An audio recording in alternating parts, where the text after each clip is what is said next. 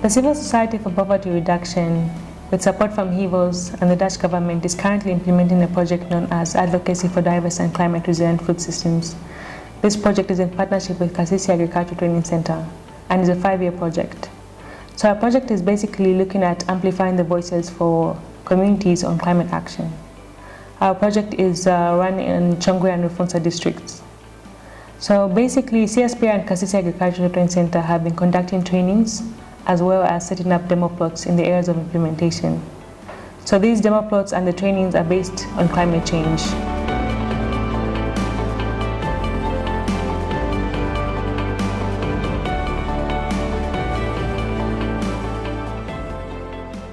I've been trained by CSPR and Kasisi in climate change. Climate change is there and it has come to stay with us here in Zambia. So we have learned to say we must also change in the way we do our farming. We have been taught how to make manure, that is compost manure and bokashi manure. And we should not depend on these chemical fertilizers. It's better we use our own materials to make our manures. At my home here, I've got ash, I've got things that remain in the farm, or like soybeans, maize, sunflower.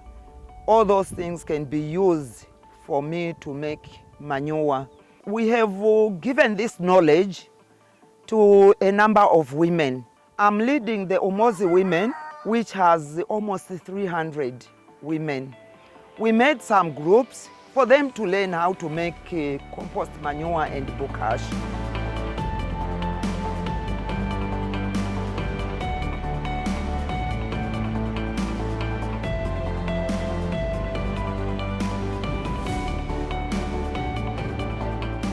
The 2 organizations that have come on board to assist the farmers in Rufunsa are really doing a great job, in the sense that Kasisi has set up a demo plot where farmers gather and of course learn on how to do some farming activities or a diversified kind of a farming system. On the part of CSPR, we've seen them come on board to train farmers on issues of climate change, on how best they can mitigate as well as adapt themselves to the changing weather conditions.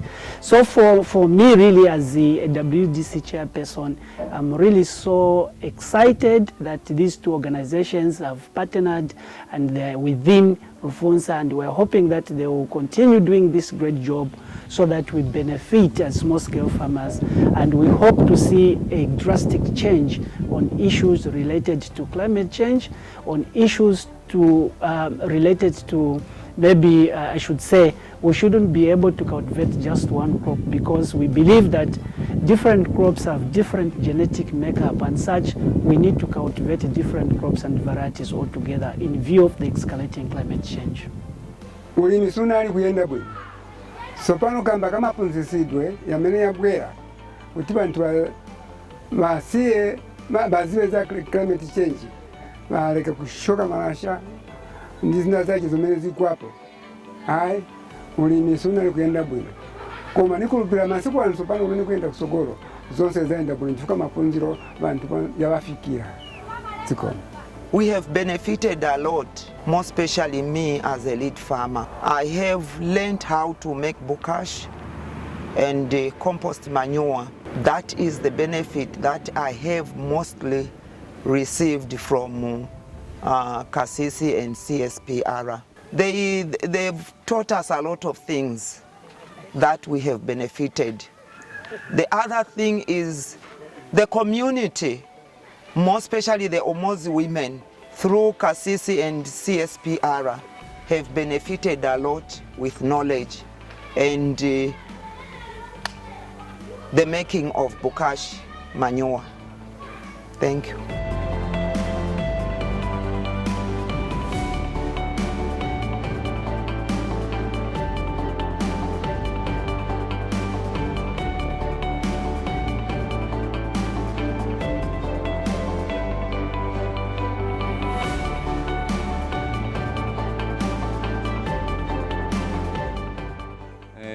The Kasisi Agriculture and the CSPR, they came together to come and train us, and they even gave us some seeds to start with. And at the moment we are using the same seed to multiply it so that it can be many, so that we can give to most of the farmers. We give them as a loan. If you give one, we give 5 kg, we tell him that after harvesting, you have to bring 7.5 kg so that our seed can multiply. It can be given to most of the farmers. We want the number of the farmers to increase so that most of the farmers can know. The Kasisi people and the CSPR, they even gave us a practical field, of which we did some practicals there, and we saw what really was happening that side. Even if the rains were not okay last year, but we saw that the harvest was okay because of the method which we use of organic farming. These farmers have come up with a seed bank, which is helping them to preserve local seeds which are climate resilient in case of low rainfall. And also we've seen even the use of minimum tillage for the preparation of their land for the production of their crops.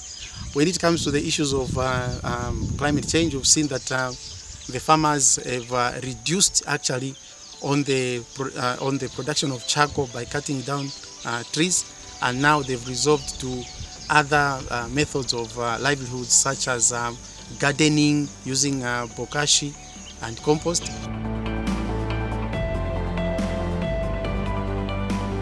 Kupanga kwa kaena muyambirira first mwakumbako pansi pang'ono,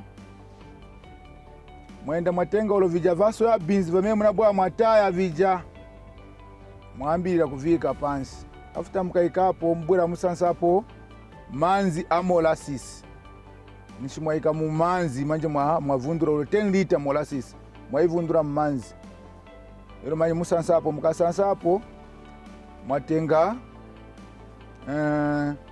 manyoa mwaikapo. Futi ni kusansapo again.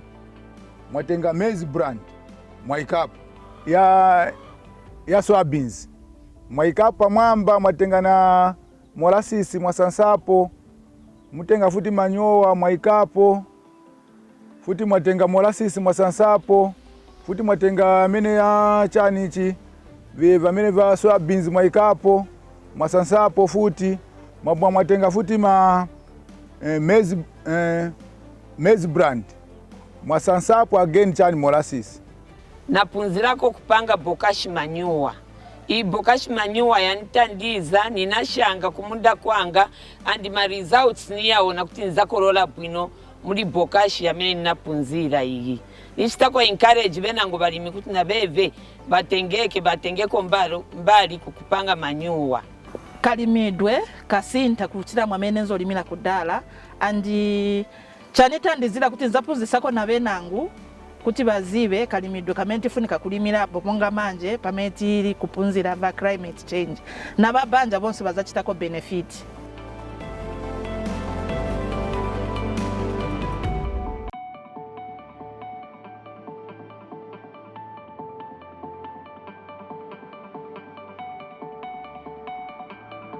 So trainings are there to provide farmers with information about the type of climate resilient food systems that are there for them to improve their livelihoods as well as to generate an income. So farmers from then and the trainings that have been provided by Kasisi and CSPR are that they have taken up the role in advocating for climate action towards government as well as their local leaders. They have also begun to adopt agroecology practices as well as organic farming on their farm plots, based on the teachings that they received from the demo plots. Women in the district have also taken up the role of teaching other women as well as junior farmers on organic manure. This has come at a really good point because at the moment, the government program, which is really based on chemical fertilizers, called the Farmers Input Support Program, has been effective for the last 20 years. So from the project, we can see more and more people taking up organic farming as well as the teachings that have been provided by CSPR as well as Kasisi Agriculture Training Center.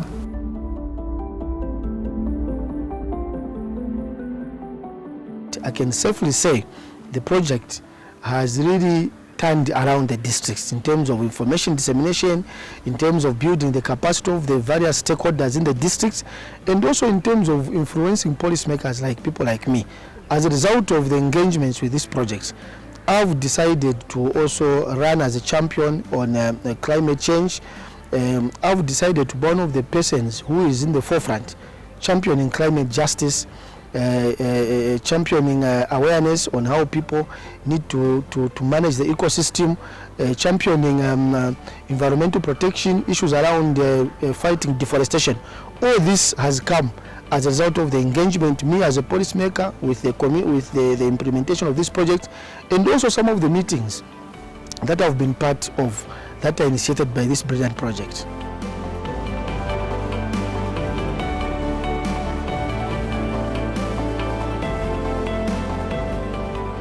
The Civil Society for Poverty Reduction with support from HIVOS is implementing a project called Advocacy for Diverse and Climate Resilient Food System in Zambia.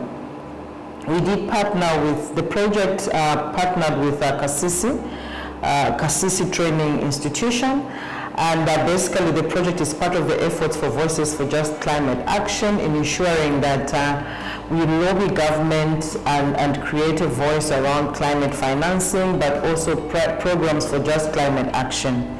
The project has 4 outcomes, and some of the outcomes for the project are ensuring that more women and girls in Chongwa and Rufunsa and Lusaka districts are actively involved in monitoring and implementation of environmental protection, but most importantly in ensuring that there is diversification in the agricultural sector, aligning it to the 8th National Development Plan.